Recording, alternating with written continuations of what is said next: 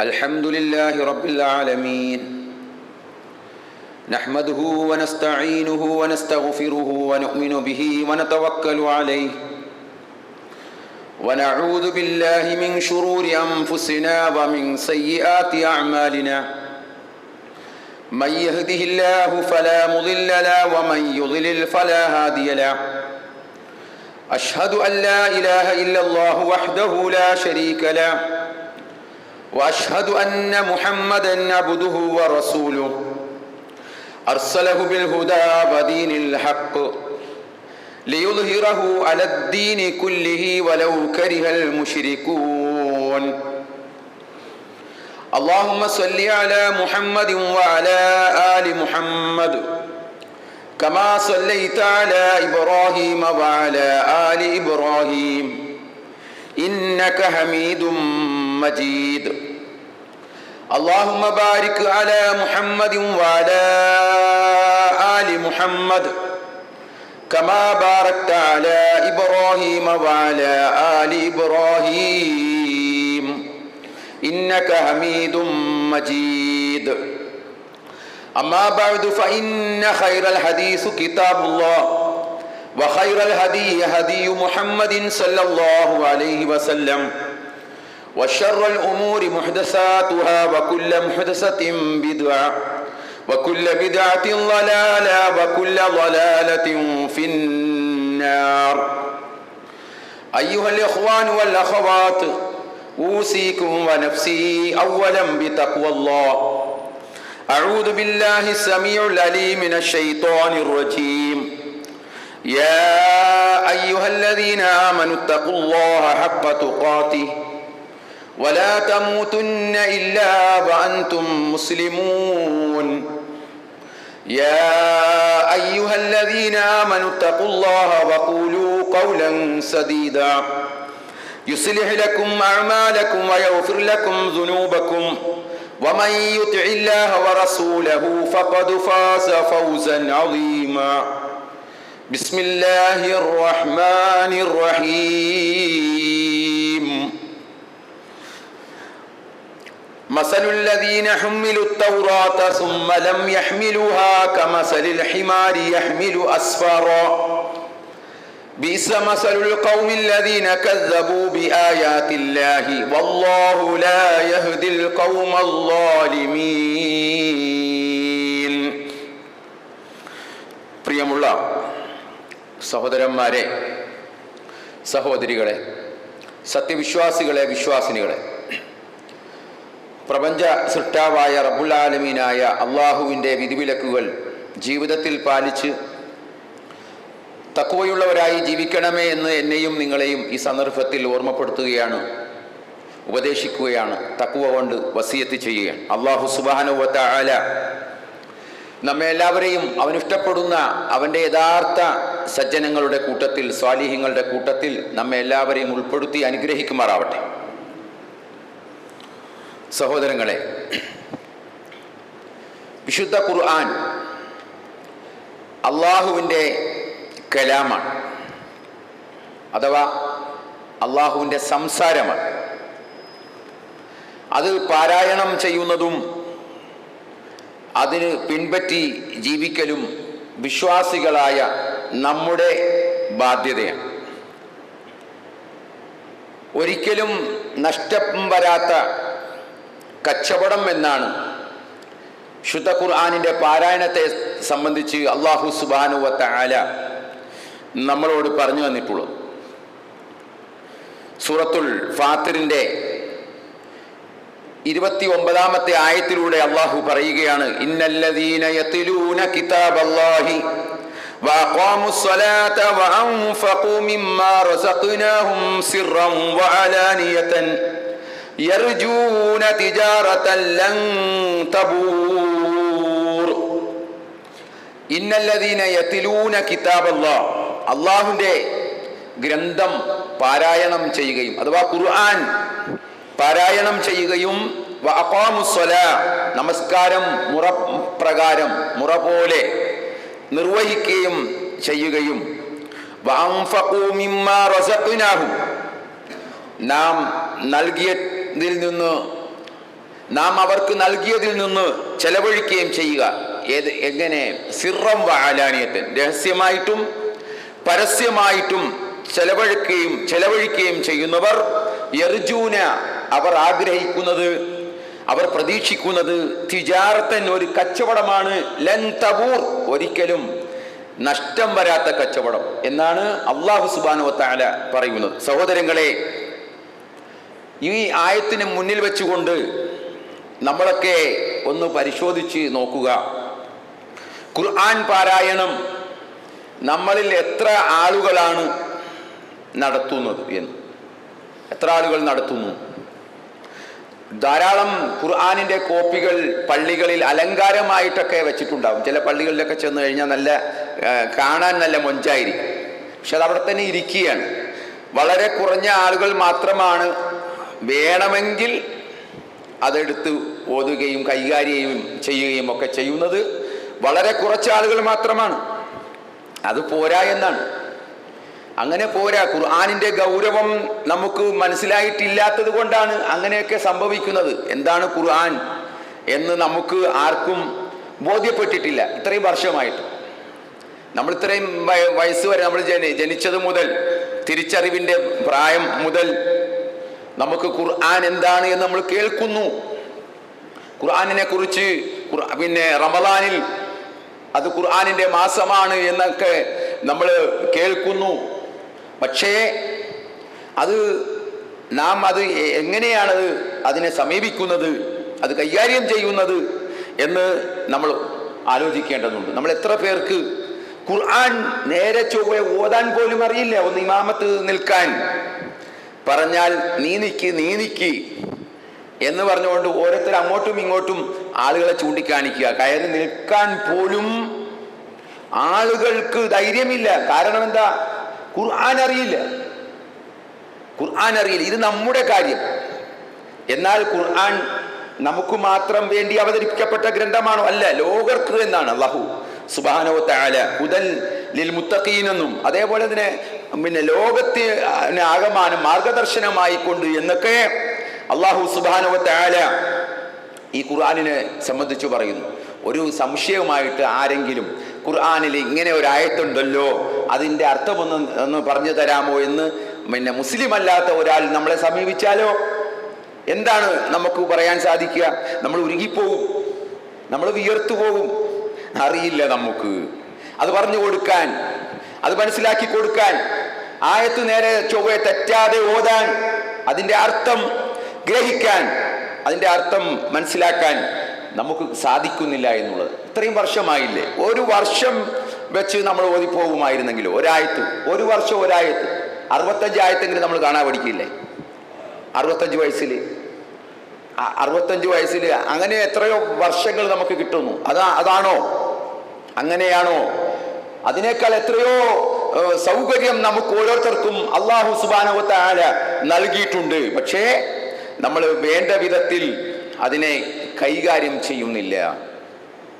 വേണ്ട വിധത്തിൽ ഖുർആനിനെ സമീപിക്കുന്നില്ല. ഖുർആൻ അതങ്ങനെ ഒരു നോക്കുകുത്തിയായിട്ട്, ഒരു പ്രദർശന വസ്തുവായിട്ട് അത് ചുരുങ്ങിപ്പോയിരിക്കുകയാണ് നമുക്കിടയിൽ. അതിനെ സംബന്ധിച്ച് ഒരു വർത്തമാനമോ ചർച്ചയോ ഒന്നും ഇല്ല. അഥവാ ഓതിയാൽ റമളാനിൽ ഒന്ന് ഓതിയെങ്കിൽ ഓതി. കാരണം വേറെ വീട്ടിൽ പോയിട്ട് വേറെ പണിയൊന്നും ഇല്ലല്ലോ. അപ്പോൾ കുറച്ചു നേരം പള്ളിയിലിരിക്കാം. വീട്ടിൽ പോയാൽ ഭക്ഷണമൊന്നും അവിടെ ഒന്നും റെഡിയല്ല, എന്തായാലും മഗ്‌രിബ് വരെ കാത്തിരുന്നേ പറ്റൂ എന്ന് വിചാരിച്ചിട്ട് പിന്നെ അവിടെ ഇരുന്നോണ്ട് ഖുർആൻ ആ ഒരു അവസ്ഥയിലാണ് നമ്മളുള്ളത്. എന്നാൽ ഇത് എനിക്കുള്ളതാണ് എന്ന് വിചാരിച്ച്, എൻ്റെ പിന്നെ ഗുണത്തിന് വേണ്ടിയാണ്, എൻ്റെ നന്മയ്ക്ക് വേണ്ടിയാണ് അള്ളാഹു ഈ വേദഗ്രന്ഥം അവതരിപ്പിച്ചിട്ടുള്ളത് എന്ന് മനസ്സിലാക്കി എത്രയാളുകൾ ഖുർആൻ പാരായണം ചെയ്യുന്നവരുണ്ട്? ഉണ്ടോ? നമ്മൾ ഒക്കെ ആലോചിക്കേണ്ടതാണ്. അതുകൊണ്ടാണ് നാളെ പരലോകത്ത് അള്ളാഹുവിൻ്റെ റസൂൽ ഒരു പരാതിയായിട്ട് പറയുകയാണ്. വഖാല റസൂൽ യാ റബ്ബി ഇന്ന ഖൗമി ഇത്തഖദൂ ഹാദൽ ഖുർആന മഹ്ജൂറാ. വഖാല റസൂൽ, അന്ന് ആ നബി പറയും, അന്ന് പ്രവാചകൻ റസൂൽ പറഞ്ഞു അള്ളാഹുവോട് പരാതി പറയും, യാ റബ്ബ്, എൻ്റെ റബ്ബേ, ഇന്ന ഖൗമി, എൻ്റെ ഈ ജനത, ഇത്തഖദൂ ഹാദൽ ഖുർആന മഹ്ജൂറാ, എൻ്റെ ഈ ജനത ഈ ഖുർആനിനെ അവഗണിച്ചു കളഞ്ഞു റബ്ബേ എന്ന്. ഇന്ന് നോക്കുക, എന്ത് ബന്ധമാണ് ഖുർആനുമായിട്ട് നമുക്ക് ഓരോരുത്തർക്കും ഉള്ളത്. പിന്തള്ളപ്പെട്ടു, അവഗണിച്ചു. അള്ളാഹുവിന്റെ പ്രവാചകൻ സല്ലല്ലാഹു അലൈഹി വസല്ലം പറഞ്ഞത് എത്രമാത്രം സത്യമാണ്. നിഷേധിക്കാൻ പറ്റുമോ നമുക്ക്? ആർക്കെങ്കിലും ഇത് എന്നെ കുറിച്ചല്ല എന്ന് നമുക്ക് ആർക്കെങ്കിലും പറയാൻ പറ്റുമോ? അങ്ങനെ ധൈര്യമുള്ളവർ എത്ര ആളുകളുണ്ട് നമ്മുടെ കൂട്ടത്തിൽ? ആരുമില്ല എന്നുള്ളതാണ്. ഖുർആൻ പാരായണം ചെയ്യുന്നില്ല. അത് വേണമെന്നാണ്, അത് വേണം. പക്ഷെ നമ്മുടെ സമൂഹത്തിൽ ഇന്ന് എന്താണ്, അതും നമ്മൾ അറിയേണ്ടതുണ്ട്. സമൂഹത്തിൽ ഖുർആനിനേക്കാൾ പ്രാധാന്യം നൽകപ്പെടുന്ന ഗ്രന്ഥങ്ങളുണ്ട്. ഈ മൗലൂദ് കിതാബ് എന്നെല്ലാം പറഞ്ഞിട്ട് കുറെ കിതാബുകൾ ഇങ്ങനെ നടക്കുന്നുണ്ട്. നമുക്കിടയിൽ ഇങ്ങനെ വ്യാപിച്ച് നിൽക്കുന്നുണ്ട്. ഈ ഖുർആൻ അവിടെ തന്നെ. അതല്ലാതെ നമുക്കിടയിൽ വ്യാപകമായി പ്രചരിപ്പിച്ചുകൊണ്ടിരിക്കുന്നത്, വേഗം കയ്യിലെടുക്കുന്നത്, ഓതുന്നത്, എന്തിനേറെ പരിശുദ്ധമായ റമളാനിൽ പോലും നമ്മുടെ പള്ളികളിൽ മുഴങ്ങിക്കേൾക്കുന്നത് മൗലൂദിന്റെ വരികളാണ്. ഖുർആനല്ല. ഖുർആൻ പഠനത്തിന് പ്രോത്സാഹനം നൽകുന്നില്ല. അവിടെ കുത്തുബിയ്യത്തും അതേപോലെ തന്നെ കുറെ വകകളും, നമുക്കറിയാലോ കുറെ വകകളുണ്ട് നമ്മുടെ ഇതിൽ. കുറെ ഈ വകകൾ 44 വക, 4444 വക എന്നെല്ലാം പറഞ്ഞ് കുറെ വകകളുണ്ട്. അതേപോലെ പിന്നെ മറ്റു പല ഗ്രന്ഥങ്ങളും. എന്നിട്ട് അത് സത്യമല്ലെങ്കിൽ ഖുർആൻ സത്യമല്ല എന്ന് പറയുന്ന എത്ര മാത്രം ധൈര്യത്തോടു കൂടിയാണ്. ഇവർക്ക് എവിടെ നിന്നാണ് ഈ ധൈര്യം കിട്ടുന്നത്? പരലോകത്തിനെ പേടിയില്ലേ? അള്ളാഹുവിനെ പേടിയില്ലേ? നരകത്തിനെ പേടിയില്ലേ? ഒരു ഭയപ്പാടുമില്ലാതെ അങ്ങ് പറഞ്ഞേക്കാണ് ഇത് ശരിയല്ലെങ്കിൽ ഖുർആനും ശരിയല്ലെന്ന്. സഹോദരങ്ങൾ, ഇത് ഈ പിൻകാലത്ത് എഴുതപ്പെട്ട ഗ്രന്ഥമാണ്. അതിൽ കുറെ ഇസ്ലാമിന് നിരക്കാത്ത കാര്യങ്ങളുണ്ട്. അത് നമുക്ക് ചെയ്യാൻ പാടില്ലാത്തതാണ്, പാരായണം ചെയ്യാൻ പറ്റാത്തതാണ്. അത് ശിർക്കൻ കലർന്ന വിശ്വാസങ്ങളാണ് അതിൽ കൂടുതലും പ്രചരിപ്പിക്കുന്നത് എന്നൊക്കെ പറഞ്ഞാൽ അവർ സമ്മതിക്കുന്നില്ല. എന്നിട്ട് ഈ ഖുർആനിനെ വേണ്ടത്ര പ്രോത്സാഹനവും നൽകുന്നില്ല. ഖുർആൻ പഠിക്കാൻ പറയണ്ടേ, അതും നൽകുന്നില്ല. അതുകൊണ്ടാണ് നമ്മുടെ ഒരു തലമുറ ഖുർആൻ അറിയാതെ പോയത്. പ്രായം ചെന്നവർക്ക്, ഇന്നുള്ള ജീവിച്ചിരിക്കുന്ന വയസ്സായ ആളുകൾക്ക് ഖുർആൻ തീരെ അറിഞ്ഞുകൂടാ. എന്തുകൊണ്ടാണ്? അവർക്ക് അതിനുള്ള ഒരു പ്രോത്സാഹനം നൽകപ്പെട്ടില്ല. അവരോടന്ന് പറഞ്ഞത് നിങ്ങൾ പഠിക്കേണ്ടവർ പഠിച്ചാൽ മതി, ഓതേണ്ടവർ ഓതിയാൽ മതി. നിങ്ങൾ ആകെ പഠിക്കേണ്ടത് ഫാത്തിഹ സൂറത്ത് മാത്രമാണ്. അതും അതിൻ്റെ അർത്ഥമൊന്നും പഠിക്കേണ്ടതില്ല, സാധാരണക്കാർക്ക് നിർബന്ധമില്ല എന്നൊക്കെയാണ് ഈ സമൂഹത്തെ പഠിപ്പിച്ചിരുന്നത്. പിന്നീട് അതിനെതിരെ ശക്തമായ ഒരു മുന്നേറ്റം കേരള സമൂഹത്തിൽ ഉണ്ടായത് കൊണ്ടാണ് കുറച്ചെങ്കിലും ഖുർആനുമായിട്ട് ബന്ധപ്പെടാൻ ഉള്ള അവസരം സാധാരണക്കാരായ ആളുകൾക്ക് ലഭിച്ചത് എന്നുള്ളത് നമ്മൾ മനസ്സിലാക്കണം. അപ്പൊ അതുകൊണ്ട് സഹോദരങ്ങളെ, ഖുർആൻ പഠിക്കാൻ, അത് ജീവിതത്തിൽ പകർത്താൻ ഒക്കെ നമ്മൾ മുന്നോട്ട് വരണം. ആര് മുന്നോട്ട് വരണം? മറ്റുള്ളവർ അല്ല, നമ്മൾ മുന്നോട്ട് വരണം. നാം ഓരോരുത്തരും, ഇത് എനിക്കും ഇവിടെ ഇരിക്കുന്ന ഓരോരുത്തർക്കും വേണ്ടിയാണ് ഈ പറയുന്നത്. നമ്മൾ ഓതണം. ഒരാഴ്ചയെങ്കിലും പാരായണം ചെയ്യാതെ അന്ന് ഉറങ്ങുകയില്ല എന്ന് നമ്മൾ നിർബന്ധമായ തീരുമാനമെടുക്കണം. ഒരാഴ്ചയെങ്കിലും ഞാൻ പാരായണം ചെയ്യാതെ എൻ്റെ ഒരു ദിവസം ആരംഭിക്കുകയുമില്ല, എൻ്റെ ഒരു ദിവസം അവസാനിക്കുകയുമില്ല എന്ന് നമ്മളൊക്കെ തീരുമാനിക്കണം. അല്ലെങ്കിൽ ഇത് വലിയ സമാധാനം പറയേണ്ടി വരും റബ്ബിന്റെ മുമ്പിൽ ഇതിന് സമാധാനം പറയേണ്ടി വരും. അതുകൊണ്ടാണ് അല്ലാഹു സുബ്ഹാനഹു വ തആല സൂറത്തുൽ ജുമുഅയിലൂടെ നമുക്ക് പറഞ്ഞു തരുന്നത്, മസലുല്ലദീന ഹുമ്മിലുത് തൗറാത സുമ്മ ലം യഹ്മിലുഹാ കമസലിൽ ഹിമാരി യഹ്മിലു അസ്ഫാറാ ബിസ മസലുൽ ഖൗമില്ലദീന കദബൂ ബിആയാതില്ലാഹി വല്ലാഹു ലാ യഹ്ദിൽ ഖൗമൽ ളാലിമീൻ. അല്ലാഹു പറയാണ്, മസലുല്ലദീന ഹുമ്മിലുത് തൗറാത്ത്, തൗറാത്ത് സ്വീകരിക്കാൻ ചുമതല ഏൽപ്പിക്കപ്പെടുകയും സുമ്മ ലം യഹ്മിലുഹാ, പിന്നീട് അത് ഏറ്റെടുക്കാതിരിക്കുകയും ചെയ്ത ആളുകൾ എന്താണ്? കമസലിൽ ഹിമാരി യഹ്മിലു അസ്ഫാറ, ഗ്രന്ഥങ്ങൾ ചുമക്കുന്ന കഴുതയെ പോലെയാണ്. ഗ്രന്ഥങ്ങൾ ചുമക്കുന്ന കഴുതയെ പോലെയാണ് അവർ എന്ന് അല്ലാഹു സുബ്ഹാനഹു വ തആല പറയുന്നു. ബിഇസ മസലുൽ ഖൗമില്ലദീന കദബു ബിആയാതില്ലാ, അള്ളാഹുവിന്റെ ആയത്തുകളെ നിഷേധിച്ചു കളഞ്ഞ ജനങ്ങളുടെ ഉപമ എത്ര ചീത്തയാണ്. അള്ളാഹ് പറയുകയാണ്. തൗറാത്ത് കൊടുത്തു ആർക്കാണ്? ഈ യഹൂദന്മാരായ ആളുകൾക്ക് തൗറാത്ത് മൂസാ നബി അലൈഹിസ്സലാത്തു വസ്സലാമയിലൂടെ ആ സമൂഹത്തിന് നൽകിയ ഒരു വേദഗ്രന്ഥം തൗറാത്ത്, തോറ. എന്നിട്ട് അത് ഏറ്റെടുക്കേണ്ട വിധത്തിൽ ഏറ്റെടുക്കാതെ അതിനെ തള്ളിക്കളഞ്ഞപ്പോൾ അള്ളാഹു അടുത്ത വേദഗ്രന്ഥത്തിൽ അവരെ കുറിച്ച് പറയുകയാണ്. പിന്നീട് ഇറക്കപ്പെട്ട ഖുർആനിൽ അവരെ കുറിച്ച് പറഞ്ഞു കൊടുക്കുകയാണ്. ആ തൗറാത്ത് ഏറ്റെടുക്കാത്തവരുടെ ഉപമ ഗ്രന്ഥം ചുമക്കുന്ന കഴുത. എത്രമാത്രം മോശമായ വാക്കാണത്. കഴുതക്കുണ്ടോ വല്ലതും അറിയുന്നു? കുറെ ഗ്രന്ഥങ്ങൾ, വലിയ വലിയ വിലപിടിപ്പുള്ള വലിയ വലിയ അറിവുകൾ നിറഞ്ഞ ഗ്രന്ഥങ്ങൾ ഒരു കഴുതയുടെ പുറത്ത് വെച്ച് കെട്ടി കഴുത പോയാൽ കഴുതക്ക് എന്ത് മാറ്റം ഉണ്ടാവാന്? കഴുത ചിന്തിക്കുമോ? കഴുത ആലോചിക്കുമോ? ഇതേപോലെ നമ്മളൊന്ന് ആലോചിച്ചു നോക്കുക. ഈ ഖുർആൻ കയ്യിൽ കിട്ടിയിട്ട് അത് വേണ്ട വിധത്തിൽ കൈകാര്യം ചെയ്യാതെ, അതിനെക്കുറിച്ച് ചിന്തിക്കാതെ, അതിനെക്കുറിച്ച് പഠിക്കാതെ, മനസ്സിലാക്കാതെ അതങ്ങനെ പോവുകയാണെങ്കിൽ സഹോദരന്മാരെ, എത്രമാത്രം മോശകരമായ അവസ്ഥയാണ് അത് എന്ന് നമ്മൾ ആലോചിക്കുക. അപ്പോ ഇനിയൊരു വേദഗ്രന്ഥം അവതരിക്കുമായിരുന്നെങ്കിലോ? ഇനി വേദഗ്രന്ഥം അവതരിക്കുകയില്ല അത് എന്നതുകൊണ്ട് നമുക്ക് സമാധാനിക്കാം. അല്ലായിരുന്നുവെങ്കിൽ നമ്മളെക്കുറിച്ച് പുതിയ വേദഗ്രന്ഥത്തിൽ അല്ലാഹു സുബ്ഹാനഹു വ തആല എന്തായിരിക്കും പറയുക? എന്തായിരിക്കും നമ്മളെക്കുറിച്ച് പറയുക? അപ്പോൾ നമ്മൾ വലിയ ആലോചന, ചിന്ത നമ്മുടെ ഈ ജീവിതത്തിൽ ഉണ്ടാവണം. ഇത്രയും നാളായിട്ട് ഖുർആൻ പഠിക്കാതെ നമ്മൾ എന്തെല്ലാം പഠിക്കുന്നു, എന്തെല്ലാം അറിയുന്നു. നമുക്ക് വേണ്ടതിൻ്റെ പിന്നാലെ നമ്മൾ ഓടുന്നു, നമുക്ക് ആവശ്യമുള്ളതിൻ്റെ പിന്നാലെ പായുന്നു. ഒരു വിസ വന്നു, അതിനകത്ത് എന്താണ് മകനുള്ള ഒരു വിസയ്ക്ക് വേണ്ടിയാണ് എന്ന് വിചാരിച്ചു. അല്ലെങ്കിൽ നമുക്ക് ഓരോരുത്തർക്കും വേണ്ടിയുള്ള ഒരു വിസ വന്നാൽ അത് അറബിയിലാണല്ലോ അതിൻ്റെ ഭൂരിഭാഗം ഇതും. അപ്പോൾ നമുക്ക് അതറിയണം. എന്താണ് ജോലി, ആരാണ് കഫീല്, എത്രയാണ് ശമ്പളം, ഇത് ഇങ്ങനെ വെച്ച് വായിച്ച് നമുക്കറിയില്ല. അപ്പോൾ എന്തായിരിക്കും? ചിലപ്പോൾ തിരുവനന്തപുരത്തായിരിക്കും അത് ട്രാൻസ്ലേറ്റ് ചെയ്യുന്നത്, തിരുവനന്തപുരത്തായിരിക്കും, അല്ലെങ്കിൽ എറണാകുളത്തായിരിക്കും. നമ്മൾ നോക്കിയിരിക്കുമോ? നമ്മൾ അവിടെ പോകും. എവിടെയാണോ അവിടെ എത്തും. കോഴിക്കോടാണെങ്കിൽ കോഴിക്കോട് നമ്മൾ പോയി അത് മനസ്സിലാക്കും, അതിൻ്റെ ഉള്ളടക്കം മനസ്സിലാക്കും.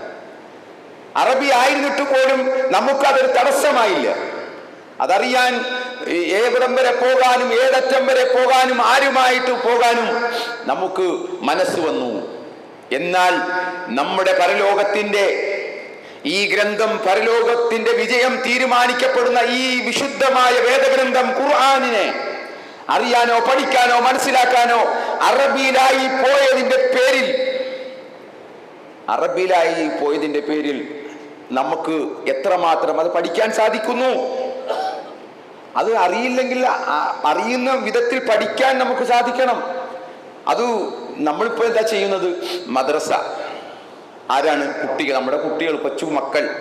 മോനെ മദ്രസയിൽ പോ. എന്തിനാ? ഖുർആനോദ്. ഇത് അവരുടെ പഠിച്ചു വരേണ്ട പ്രായമെന്ന് മാത്രമേ ഉള്ളൂ. പക്ഷേ ഇപ്പോൾ പഠിക്കേണ്ടത് നമ്മളാണ്. ഇപ്പോൾ ഖുർആൻ പഠിക്കേണ്ടത്, അതിനെക്കുറിച്ച് കൂടുതൽ ഗ്രാഹ്യം ലഭിക്കുന്നത്, മനസ്സിലാക്കുന്നത്, ഖുർആൻ ആയത്തുകൾ മനസ്സിലാകുന്നത് നമുക്കാണ്.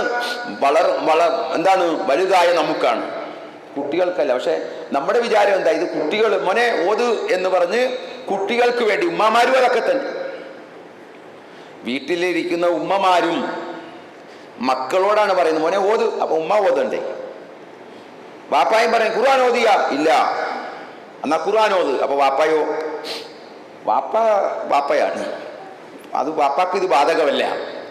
സഹോദരങ്ങളെ, അങ്ങനെയല്ല. അതല്ല അതിന്റെ ശരി. നമ്മുടെ എല്ലാവരുടെയും ജീവിതത്തിൽ, നമ്മുടെ കുടുംബത്തിൽ, സമൂഹത്തിൽ, വൈയക്തികമായ ജീവിതത്തിൽ എല്ലാം ഖുർആനിന്റെ അലയൊലികൾ, മറ്റൊലികൾ ഉണ്ടാവണം. ഖുർആൻ അലയടിക്കണം. നമ്മുടെയൊക്കെ ജീവിതത്തിൽ, നമ്മുടെ ഹൃദയങ്ങളിൽ മാറ്റങ്ങൾ ഉണ്ടാവും. സമൂഹത്തിൽ മാറ്റങ്ങൾ ഉണ്ടാവും. സമൂഹത്തിൽ ഇന്ന് പ്രശ്നങ്ങളാണല്ലോ, കൂടുതലും പ്രശ്നങ്ങളാണ്. പ്രശ്നങ്ങളുടെ ഒരു ലോകത്താണ് നമ്മളൊക്കെ ജീവിക്കുന്നത്. എല്ലായിടത്തും പ്രശ്നങ്ങൾ. വിശുദ്ധ ഖുർആൻ നോക്കിയോ കുത്തിയായിട്ട് വെച്ചിരിക്കുക. ആ ഖുർആനിലുണ്ട് എല്ലാത്തിനുമുള്ള പരിഹാരം. ഖുർആൻ നിർദ്ദേശിക്കുന്നുണ്ട്. എന്താണ് നിങ്ങളുടെ വിഷയം? വരൂ ഖുർആനിലേക്ക്. അള്ളാഹ് പറഞ്ഞിട്ടുണ്ട്. അള്ളാഹു നേരത്തെ തന്നെ മനുഷ്യന്റെ ഭാവിയും ഭൂതവും എല്ലാം അറിയുന്ന റബ്ബ്, നമ്മുടെ ഹൃദയങ്ങൾ അറിയുന്ന റബ്ബ് പടച്ചതമ്പുരാൻ ഈ ഖുർആനിൽ എല്ലാത്തിനെ സംബന്ധിച്ചും എല്ലാ വിഷയങ്ങളെ സംബന്ധിച്ചും വളരെ കൃത്യമായിട്ട് ഖുർആനിൽ ഉൾക്കൊള്ളിച്ചിട്ടുണ്ട്. പക്ഷേ നാം ഓടുകയാണ് കോടതിയിലേക്ക്, നാം ഓടുകയാണ് പോലീസ് സ്റ്റേഷനിലേക്ക്, മറ്റുള്ള ഇടങ്ങളിലേക്കൊക്കെയാണ് പോണത്. എന്നാൽ ഇത് പ്രതിവിധി നിശ്ചയിക്കുന്ന, സമാധാനം തീരുമാനിക്കുന്ന വിശുദ്ധ ഖുർആനിനെ അവഗണിച്ചുകൊണ്ടാണ് നമ്മൾ പോകുന്നത്.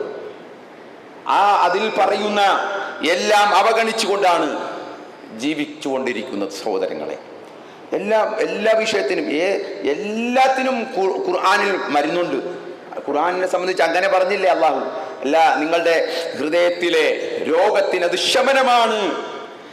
മാനസികമായും ശാരീരികവുമായ എല്ലാവിധത്തിലുള്ള രോഗങ്ങൾക്കും ഖുർആൻ ശിഫയാണ്, ശമനമാണ് എന്ന് ഖുർആനിനെ സംബന്ധിച്ച് അല്ലാഹു സുബ്ഹാനഹു വ തആല നമുക്ക് പറഞ്ഞു തന്നിട്ടും ആ മരുന്ന് നമുക്ക് വേണ്ട. നാമോ മറ്റു പലതും തേടിപ്പോവുകയാണ്. അങ്ങനെ ഒരു സ്വസ്ഥതയും ലഭിക്കാത്ത, ഒരു അസ്വസ്ഥമായ മനസ്സുമായിട്ട് ജീവിക്കേണ്ട ഒരു അവസ്ഥ, ദുരവസ്ഥയാണ് ഇന്ന് ഈ സമൂഹത്തിൽ നിലനിൽക്കുന്നത്. അതുകൊണ്ട് സഹോദരങ്ങളെ, ഖുർആനിന്റെ പ്രാധാന്യം നമ്മൾ തിരിച്ചറിയണം. ഖുർആൻ പാരായണം ചെയ്യണം, ഖുർആൻ മനസ്സിലാക്കണം, ഖുർആനിനെ പറ്റി ചിന്തിക്കണം. അതിന് നമ്മൾ മുന്നോട്ട് വരണം. മരിക്കുന്നതിന് മുമ്പ്, മരിച്ചു കഴിഞ്ഞിട്ട് വല്ല കാര്യമുണ്ടോ? ഈ സമൂഹത്തെ ഇന്നും പഠിപ്പിച്ചു കൊണ്ടിരിക്കുന്നത് മൂടി പലക വെച്ച് മൂടി മണ്ണ് വിട്ട് ഒരു കബറാക്കി കഴിഞ്ഞ് ഒരാൾ വന്നിരുന്നിട്ട് പറയുകയാണ്, ഇതാ കബറിൽ നിനക്ക് ചോദ്യമുണ്ട്. അവിടെ പിന്നെ അതിനെ സംബന്ധിച്ച് കുറെ ചോദ്യങ്ങൾ നിന്നോട് ചോദിക്കും. മൻ റബ്ബുക വമാ ദീനുക വമൻ നബിയുക വമൻ ഇമാമുക വമാ ഖിബ്ലതുക എന്നൊക്കെ ചോദിക്കും. അപ്പോൾ കുൽ അല്ലാഹു റബ്ബി വമുഹമ്മദുൻ നബിയി വൽ കഅബതു ഖിബ്ലതി വൽ ഖുർആനു ഇമാമി. അപ്പോൾ പറഞ്ഞു കൊടുക്കുക. എപ്പോഴാ പറഞ്ഞു കൊടുക്കുന്നത്? അയാളെ കബറിൽ വെച്ചു മൂടി, എല്ലാം കഴിഞ്ഞു, അവസാനിച്ചു. അദ്ദേഹം ഈ ലോകത്ത് നിന്ന് വിട പറഞ്ഞു, യാത്രയായി, ബർസഖിയായ ജീവിതത്തിലേക്ക് പോയി. ഇനി ഒന്നും ചെയ്യാൻ അയാളെ കൊണ്ട് സാധിക്കുകയില്ല. അപ്പോഴാണ് പറഞ്ഞു കൊടുക്കുന്നത് വൽ ഖുർആനു ഇമാമി. ജീവിച്ചിരുന്നപ്പോൾ പറഞ്ഞത് നിന്റെ ഇമാം ഷാഫിയാണ്, നിന്റെ ഇമാം ഹനഫിയാണ്, നിന്റെ ഇമാം ഹംബലിയാണ് എന്തൊക്കെ പറഞ്ഞു കൊടുത്തു. മരിച്ചു കഴിഞ്ഞപ്പോ പറഞ്ഞു കൊടുക്കുകയാണ്, നിന്റെ ഇമാം ഷാഫിയാണെന്ന് നീ പറഞ്ഞേക്കരുത്, നീ പറയേണ്ടത് വൽ ഖുർആനു ഇമാമി, എന്റെ ഇമാം ഖുർആനാണെന്ന് പറഞ്ഞേക്കണം. അല്ല തെറ്റിപ്പോവും, അല്ലെ അടിയിട്ടു. അവിടെ പറഞ്ഞു കൊടുക്കുകയാണ്. ഇതാണ് അവസ്ഥ സഹോദരങ്ങളെ. നമ്മുടെ സമൂഹം വിശുദ്ധ ഖുർആനിനെ സമീപിക്കുന്ന സമീപനം ഇതാണ്. ഇത് മാത്രമല്ല, ഖുർആനെ ഉപയോഗിക്കുന്നത് ചില പ്രത്യേകമായ സ്ഥലങ്ങളിൽ. ഒരാൾ മരിച്ചു, എടുക്ക് ഖുർആൻ ഓത്, യാസീൻ എടുക്ക് ഖുർആൻ, എന്നിട്ട് യാസീൻ ഓത്. ആര് പറഞ്ഞു? അവിടെ വെച്ച് യാസീൻ ഓതാൻ ആരാണ് പഠിപ്പിച്ചത്? ഖുർആനിന്റെ ഖൽബാണ്, ഹൃദയമാണ്. ശരിയാണ്, സൂറത്ത് യാസീൻ ഖൽബുൽ ഖുർആൻ, ഖുർആന്റെ ഹൃദയം എന്ന് വിശേഷിപ്പിക്കപ്പെട്ടിട്ടുണ്ട്. പക്ഷേ യാസീൻ മരിച്ചവരുടെ അടുത്ത് ഇരുന്ന് ഓതണമെന്ന് ആരാണ് പറഞ്ഞിട്ടുള്ളത്? പഠിപ്പിച്ചിട്ടില്ല. അങ്ങനെ പഠിപ്പിച്ചിട്ടില്ല. അല്ലാഹുവിന്റെ റസൂൽ സല്ലല്ലാഹു അലൈഹി വസല്ലമ അങ്ങനെ സഹാബത്തോ നബിയോ അങ്ങനെ ഒന്നും നമ്മളെ പഠിപ്പിച്ചിട്ടില്ല എന്ന് മാത്രമല്ല, ആ ഓതി വരുന്ന ഭാഗത്ത് തന്നെ, ആ സൂറത്ത് യാസീനിൽ തന്നെ അല്ലാഹു സുബ്ഹാനഹു വ തആല പറയാണ് ലിയുൻദിറ മൻ കാന ഹൈ. ഇതാരൊക്കെ അറിയാത്തത്, ഈ ആയത്ത് അറിയാത്തത്? സൂറത്ത് യാസീൻ ഒട്ടുമിക്ക ആളുകൾക്കും മനഃപ്പാഠമായിരിക്കും. ആ യാസീനിൽ തന്നെ പറയാണ് ലിയുൻദിറ മൻ കാന ഹയ്യൻ, ജീവിച്ചിരിക്കുന്നവർക്ക് താക്കീത് നൽകാനുള്ളതാണ് ഖുർആൻ എന്ന് ആ ആയത്തിലൂടെ സ്പഷ്ടമായി വ്യക്തമായി പറഞ്ഞിട്ടും അവിടെ ഇരുന്ന് ഓതുകയാണ് സഹോദരങ്ങളെ. ഇനി മാത്രമല്ല, അതിന്റെ പുണ്യം കിട്ടുമോ? മയ്യത്തിന് അതുകൊണ്ട് എന്തെങ്കിലും പ്രയോജനം ലഭിക്കുമോ? ഇല്ല. ആര് പറഞ്ഞു? മഹാനായ ഇമാം ഷാഫിഈ റഹ്മത്തുള്ളാഹി അലൈഹി ഖുർആനിലെ വഅലൈസ ലിൽ ഇൻസാനി ഇല്ലാ മാ സഅ എന്ന ആയത്ത് ഓതിയിട്ട് അദ്ദേഹം പറഞ്ഞതാണ്, ഓരോ മനുഷ്യനും അവരവർ പ്രവർത്തിച്ചത് മാത്രമേ ലഭിക്കുകയുള്ളൂ. പിന്നെ ലഭിക്കുന്നതോ അല്ലാഹുവിന്റെ റസൂൽ സല്ലല്ലാഹു അലൈഹി വസല്ലമ പറഞ്ഞ കാര്യങ്ങൾ, പ്രാർത്ഥന മയ്യത്തിന് ലഭിക്കും. ഇദാ മാതൽ ഇൻസാനു ഇൻഖത അമലുഹു ഇല്ലാ മിൻ സലാസ. എന്നിട്ട് ആ സലാസയിന് 3 കാര്യത്തിൽ ഒന്ന് പറഞ്ഞത് വലദുൻ സാലിഹുൻ യദ്ഉ ലഹു, വലദുൻ സാലിഹുൻ യദ്ഉ ലഹു, അവന് വേണ്ടി പ്രാർത്ഥിക്കുന്ന അവന്റെ മക്കൾ, അവന് വേണ്ടി പ്രാർത്ഥിക്കുന്ന സ്വാലിഹായ മക്കളുടെ പ്രാർത്ഥന ലഭിക്കും.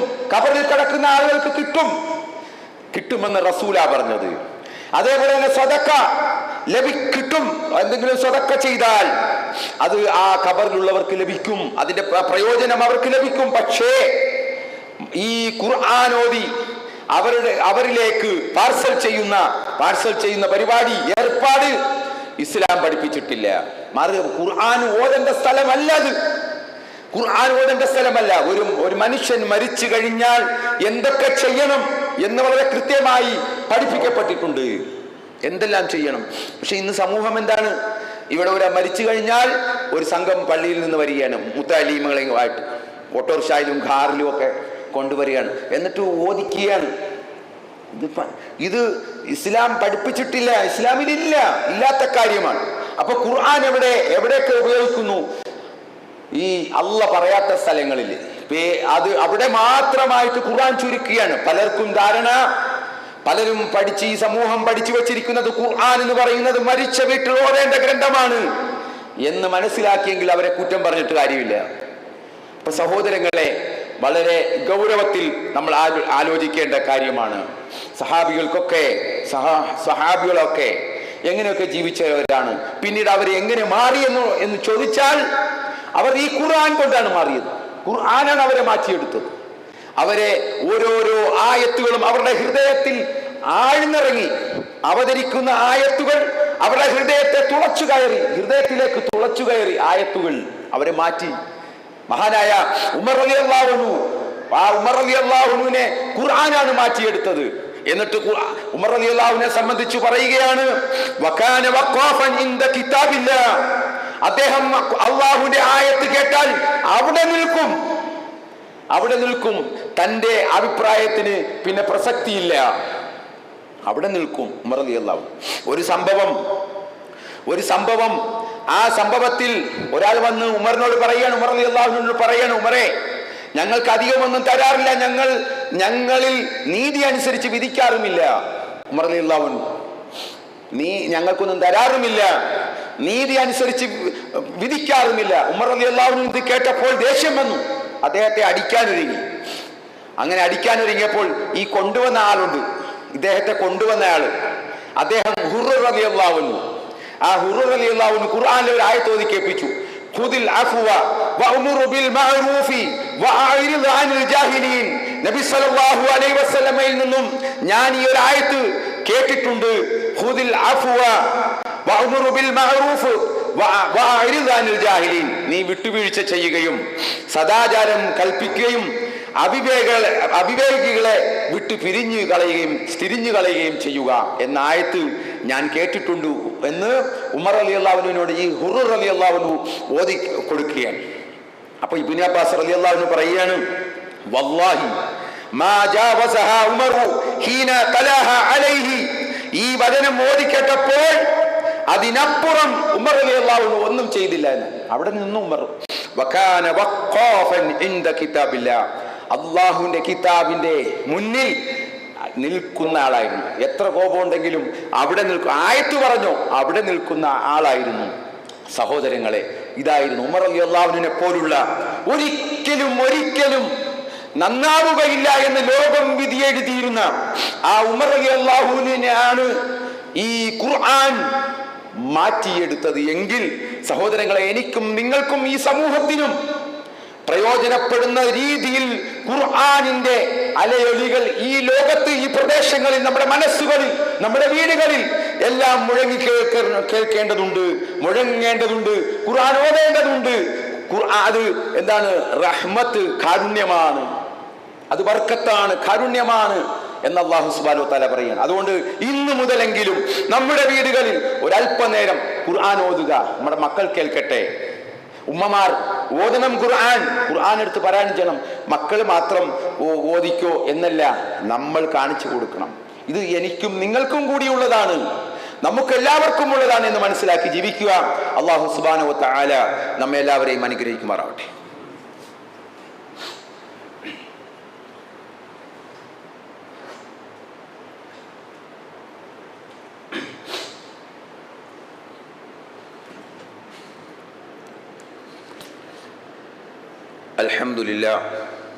അൽഹംദുലില്ലാഹി റബ്ബിൽ ആലമീൻ വൽആഖിബത്തു ലിൽമുത്തഖീൻ വസല്ലല്ലാഹു അലാ നബിയിൽ മുർസലീൻ വഅലാ ആലിഹി വസ്ഹബിഹി അജ്മഈൻ. അമ്മാ ബഅദ്, ഇത്തഖുല്ലാഹ ഇബാദല്ലാഹ്, ഉസീകും സാനിയം ബിത്തഖ്വല്ലാഹ്. പ്രിയമുള്ള സഹോദരന്മാരെ, ഒരിക്കൽ കൂടി അള്ളാഹുവിൻ്റെ വിധിവിലക്കൾ അനുസരിച്ച് ജീവിക്കണമേ എന്ന് എന്നെയും നിങ്ങളെയും ഉപദേശിക്കുകയാണ്. തഖ്വ കൊണ്ട് വസിയത്ത് ചെയ്യാൻ അള്ളാഹു നമ്മെ എല്ലാവരെയും അനുഗ്രഹിക്കുമാറാവട്ടെ. സഹോദരങ്ങളെ, ഖുർആനിലെ ചില ആയത്തുകൾ, സൂറത്തുകൾ പ്രത്യേകമായ ശ്രേഷ്ഠതകളും മഹത്വങ്ങളും ഉണ്ട്. ഖുർആനിലെ എല്ലാ ആയത്തുകൾക്കും ശ്രേഷ്ഠതയുണ്ട്. എന്നാൽ അതിനും അപ്പുറം ചില സൂറത്തുകൾക്കും ചില ആയത്തുകൾക്കും എല്ലാം അല്ലാഹുവിൻ്റെ റസൂൽ സല്ലല്ലാഹു അലൈഹി വസല്ലമ അത് പാരായണം ചെയ്താൽ അതിന് ഇന്ന ഗുണങ്ങളുണ്ട്, നേട്ടങ്ങളുണ്ട് എന്ന് നബി സല്ലല്ലാഹു അലൈഹി വസല്ലമ നമുക്ക് പഠിപ്പിച്ചു തന്നിട്ടുണ്ട്. അതിൽപ്പെട്ട ഒന്നാണ് സൂറത്തുൽ മുൽക്ക് എന്ന് പറയുന്ന തബാറക സൂറത്തു തബാറക ഹിയ അൽമാനിയതു മിൻ അദാബിൽ ഖബർ. ഖബർ ശിക്ഷയിൽ നിന്ന് നിങ്ങളെ അത് തടയും എന്ന് അല്ലാഹുവിൻ്റെ റസൂൽ സല്ലല്ലാഹു അലൈഹി വസല്ലമ നമുക്ക് പഠിപ്പിച്ചു തരികയാണ്. അതേപോലെ തന്നെ ഉറങ്ങാൻ നേരം ഈ സൂറത്തു സജദയും ഒക്കെ നബി സല്ലല്ലാഹു അലൈഹി വസല്ലമ ഇത് പാരായണം ചെയ്യാതെ നബി ഉറങ്ങാറില്ലായിരുന്നു. ഈ സൂറത്തുൽ മുൽക്കും സൂറത്തു സജദയും ഓതാതെ നബി ഉറങ്ങാറില്ലായിരുന്നു എന്ന് ഹദീസിൽ വന്നിട്ടുണ്ട്. അതേപോലെ തന്നെ നാളെ പരലോകത്ത് നമുക്ക് വേണ്ടി ശഫാഅത്ത് ചെയ്യും. ഈ സൂറത്തുൽ മുൽക്ക് ഖുർആൻ നമുക്ക് വേണ്ടി ശഫാഅത്ത് ചെയ്യും, ശുപാർശ പറയും. ഒരു സംശയവും വേണ്ട. അത് വന്നുകൊണ്ട് സംസാരിക്കും. അബൂ ഹുറൈറ റളിയല്ലാഹു അൻഹു പറയുകയാണ്, അന്ന റസൂലുള്ളാഹി സ്വല്ലല്ലാഹു അലൈഹി വസല്ലം ഖാല ഇന്ന സൂറത്തൻ മിൻ കിതാബില്ലാഹി അസ്സ വജല്ല മാ ഹിയ ഇല്ലാ 30 ആയതൻ ശഫഅത്ത് ലിറജുലിൻ ഫഅഖ്റജതുഹു മിനൻ നാരി വഅദ്ഖലതുഹു അൽ ജന്ന. അതായത് ഈ സൂറത്ത് അല്ലാഹുവിന്റെ വേദഗ്രന്ഥത്തിലുള്ള ഖുർആനിലുള്ള ഒരു സൂറത്ത്, അതായത് 30 ആയത്തുകളുള്ള ആ സൂറത്തിനെ സംബന്ധിച്ച് പറയാൻ ശഫഅത്ത് ലിറജുലിൻ, അതൊരു മനുഷ്യന് വേണ്ടി ശുപാർശ പറയും. ഫഅഖ്റജതുഹു മിനൻ നാരി വഅദ്ഖലതുഹു അൽ ജന്ന, നരകത്തിൽ നിന്ന് മോചിപ്പിക്കുകയും സ്വർഗത്തിലേക്ക് പ്രവേശിപ്പിക്കുകയും ചെയ്യുന്നതുവരേക്കും അതിങ്ങനെ അള്ളാഹുവിനോട് ശുപാർശ പറയും. സൂറത്തുൽ മുൽക്ക്. അപ്പോൾ സഹോദരങ്ങളെ, അതുപോലെ ധാരാളം ഒരുപാട് സൂറത്തുകൾ. സൂറത്തുൽ കഹ്ഫ് പ്രകാശമാണ് എന്ന് അല്ലാഹുവിന്റെ റസൂൽ സല്ലല്ലാഹു അലൈഹി വസല്ലമ പറയുകയാണ്. സൂറത്തുൽ കഹ്ഫ് വെള്ളിയാഴ്ച പാരായണം ചെയ്യുന്ന സൂറത്തുൽ കഹ്ഫ്. അപ്പൊ ഇങ്ങനെ ഒരുപാട് കാര്യങ്ങളുണ്ട്. ഇത് നമ്മൾ നമ്മുടെ ജീവിതത്തിൽ കാണിച്ചില്ലെങ്കിൽ മരിച്ചുപോയാൽ പിന്നെ എന്താണ് നമ്മൾ ചെയ്തത്? നമ്മുടെ ജീവിതത്തിന് വേണ്ടി, നമ്മുടെ ഓരോരുത്തരുടെയും ഖബറിലേക്ക് വേണ്ടി, നമ്മുടെ ഖബറിൽ രക്ഷ കിട്ടാൻ വേണ്ടി നമ്മൾ എന്ത് ചെയ്തു? അങ്ങ് മരിച്ചു പോയാൽ മതിയോ? ആരോടും ഒന്നും പറയാതെ അല്ലേ? മരണം പെട്ടെന്നല്ലേ. ഈ അടുത്ത് ഒരു സിനിമാ നടന്റെ മരണം നമ്മളൊക്കെ കേട്ടു. ഒരു ചെറുപ്പക്കാരൻ, വലിയ ഭാവി ഉണ്ടായിരുന്ന ആള്, പക്ഷെ മരണം വന്ന് വിളിക്കുമ്പോൾ മരണത്തിന് ഭാവി അങ്ങനെ വല്ലതും ഉണ്ടോ? പ്രശസ്തിയുണ്ടോ? മരണം പ്രശസ്തനാണ്, അതുകൊണ്ട് കുറച്ച് പോട്ടെ എന്ന് തീരുമാനിക്കുക. അള്ളാഹ് നിശ്ചയിച്ച സമയത്ത് പിടിച്ചുകൊണ്ട് പോകും. നമുക്കുമൊക്കെ ഒരവധി അള്ളാഹു സുബ്ഹാനഹു വ തആല നിശ്ചയിച്ചു വെച്ചിരിക്കുകയാണ്. അപ്പൊ ആ അവധി എത്തുന്നതിന് മുമ്പേ തന്നെ നമുക്കിതൊക്കെ വേണ്ടേ? നമ്മുടെ ജീവിതത്തിൽ വേണം. അതിന് നമ്മളൊക്കെ തയ്യാറാവുക. ഇതുപോലുള്ള പറയപ്പെടുന്ന കാര്യങ്ങളൊക്കെ നമ്മുടെ ജീവിതത്തിലേക്ക് കൊണ്ടുവരാൻ നമ്മൾ പരിശ്രമിക്കുക സഹോദരങ്ങളെ. അതുപോലെ തന്നെ ഒരു കാര്യം പ്രത്യേകം നിങ്ങൾ ശ്രദ്ധയിൽപ്പെടുത്തുകയാണ്. നമ്മുടെ വിചിന്തനം വാരികയുടെ ഒരു ക്യാമ്പയിനാണ് നടന്നുകൊണ്ടിരിക്കുന്നത്. അതിൻ്റെ ഒരു വാരാചരണം അത് വളരെ ഈ പറയപ്പെട്ട പോലെ ഖുർആനും സുന്നത്തും ആനുകാലികമായ വിഷയങ്ങളും എല്ലാം ഉൾക്കൊള്ളിച്ചുകൊണ്ട് ശക്തമായി സമൂഹത്തിൽ ഇടപെടുന്ന ഒരു ഒരു മാസികയാണ്, അല്ലെങ്കിൽ ആഴ്ചപ്പതിപ്പാണ് ഈ വിചിന്തനം വാരിക എന്ന് പറയുന്നത്. അതുകൊണ്ട് അതുമായിട്ട് ബന്ധപ്പെട്ടുകൊണ്ട് നിങ്ങളെല്ലാവരും ഒന്ന് വായിക്കാൻ, വായിച്ച് പഠിക്കാൻ. ഇപ്പോൾ ആർക്കും നേരമില്ല, ഒന്നിനും നേരമില്ല, സമയമില്ല എന്നതല്ല. ഇതൊരു വലിയ ഒരു കേരളത്തിലാകമാനം ഉള്ള ഒരു വിതരണം ചെയ്യപ്പെടുന്ന ഒരു മാസികയാണ്, ആഴ്ചപ്പതിപ്പാണ്. അപ്പൊ അതുകൊണ്ട് നമ്മളൊരു പ്രോത്സാഹനമെങ്കിലും അതിനുവേണ്ടി ഞാൻ അതിൽ ചേരുക. എന്നിട്ട് എനിക്ക് പറ്റിയില്ലേ, ഞാൻ ഒരാൾക്ക് അത് ഹദിയ ചെയ്യുക. അപ്പോൾ അതിൻ്റെ ഗുണം, അതിൻ്റെ ജാരിയായ ഒരു സദക്കയായിട്ട് നമുക്കത് കിട്ടും, നമ്മുടെ ഖബറിൽ കിട്ടും. അങ്ങനെ ദീനി വിഷയങ്ങളിൽ. അപ്പോൾ അത് എല്ലാവരും കഴിയുന്ന ആളുകൾ മുന്നോട്ട് വരണം. ഒരു വർഷത്തേക്ക് 650 രൂപയാണ്. 650 രൂപ വലിയൊരു സംഖ്യ അല്ലല്ലോ. ഇനി ഒരു കൊല്ലത്തേക്കില്ല, 6 മാസത്തേക്ക് അതിൻ്റെ പകുതി കൊടുത്താൽ മതി. എന്നാലും ഒരു പ്രോത്സാഹനം എന്നുള്ളത് ഇത് നിന്നു പോകാൻ പാടില്ല. ഒരു കാലഘട്ടത്തിലൊക്കെ ശക്തമായ ആളുകളെ സ്വാധീനിച്ചിരുന്നത് നമ്മുടെ മുൻഗാമികളായ ആളുകൾ ഇതിലൂടെയാണ് അറിവുകളൊക്കെ നേടിയെടുത്തിരുന്നത്. വായനയിലൂടെ, പഠിച്ചുകൊണ്ട്, വായിച്ച് വളർന്നാണ് അവർ വാദപ്രതിവാദത്തിൽ ഒരു പണ്ഡിതൻ പോലും അല്ലാത്ത ആള് ഒരിക്കൽ ഒരു മീൻ കച്ചവടവും കഴിഞ്ഞ് വീട്ടിലോട്ട് പോവുകയാണ്. അപ്പോൾ ഒരാളുടെ പ്രസംഗം കേൾക്കുകയാണ്. അങ്ങനെ ഉണ്ടെങ്കിൽ കൊണ്ടുവരൂ തെളിവ് എന്ന് പറഞ്ഞപ്പോൾ ആ കൊട്ടയെ അങ്ങോട്ട് മാറ്റി വെച്ചിട്ട് സ്റ്റേജിലേക്ക് കയറിയിട്ട് ഖുർആനായത്ത് ഓതിക്കൊടുക്കുകയാണ്. പണ്ഡിതനൊന്നുമല്ല. അങ്ങനെയുള്ള സംഭവങ്ങളൊക്കെ നമുക്ക് നമ്മുടെ മുമ്പിലുണ്ട്. അപ്പോൾ എന്തുകൊണ്ട് വായിക്കാനും ഒക്കെ പരിശ്രമിക്കാനും, മക്കളെയൊക്കെ ഇന്ന് വായിക്കണം ഓരോ വിഷയങ്ങളുമായിട്ടൊക്കെ ബന്ധപ്പെട്ടുകൊണ്ട്. അപ്പോൾ അതുകൊണ്ട് അതെല്ലാവരും ശ്രദ്ധിക്കണമെന്ന് പ്രത്യേകം ഉണർത്തുകയാണ്. അല്ലാഹു സുബ്ഹാനഹു വ തആല നമ്മെ എല്ലാവരെയും അനുഗ്രഹിക്കുമാറാവട്ടെ. നമ്മിൽ നിന്ന് വന്നുപോയ ചെറുതും വലുതുമായ പാപങ്ങൾ അള്ളാഹു നമുക്ക് പുറത്ത് മാപ്പ് നൽകുമാറാവട്ടെ. നമ്മിൽ നിന്ന് വിട്ടുപിരിഞ്ഞു പോയ മുഅ്മിനീങ്ങളായ മുത്തഖീങ്ങളായ മാതാപിതാക്കൾക്കും സഹോദരങ്ങൾക്കും എല്ലാവർക്കും അള്ളാഹു മഗ്ഫിറത്തും റഹ്മത്തും നൽകി അനുഗ്രഹിക്കുമാറാവട്ടെ. നമ്മുടെ സഹോദരങ്ങൾ വിദേശങ്ങളിൽ കഷ്ടപ്പെടുന്ന ധാരാളക്കണക്കിന് സഹോദരങ്ങൾ എല്ലാവർക്കും അള്ളാഹു ആഫിയത്തും സമാധാനവും നൽകി അനുഗ്രഹിക്കുമാറാവട്ടെ. അവരുടെ കുടുംബത്തിന് അള്ളാഹു ഹൈറും ബർക്കത്തും എല്ലാം നൽകി അനുഗ്രഹിക്കുമാറാവട്ടെ. സഹോദരങ്ങളെ, നമ്മുടെ ഈ പള്ളിയുടെ പ്രവർത്തനത്തിന് വേണ്ടി എല്ലാവരും അകമഴിഞ്ഞ് സഹായിക്കണമെന്ന് കൂടി പ്രത്യേകമായി ഉണർത്തുകയാണ്.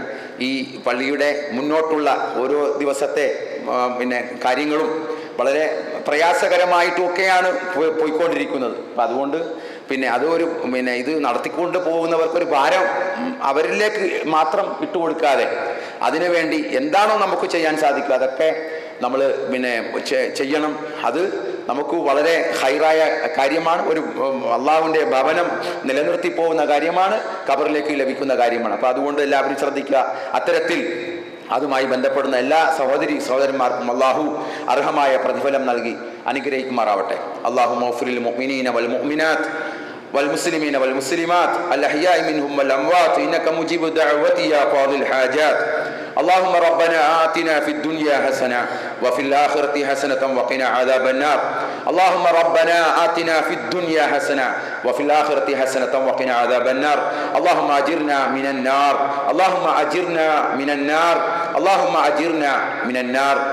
اللهم أعز الإسلام والمسلمين وأذل الشرك والمشركين اللهم ربنا تقبل منا إنك أنت السميع العليم وتب علينا إنك أنت التواب الرحيم واغفر لنا برحمتك يا أرحم الراحمين سبحان ربك رب العزة عما يصفون وسلام على المرسلين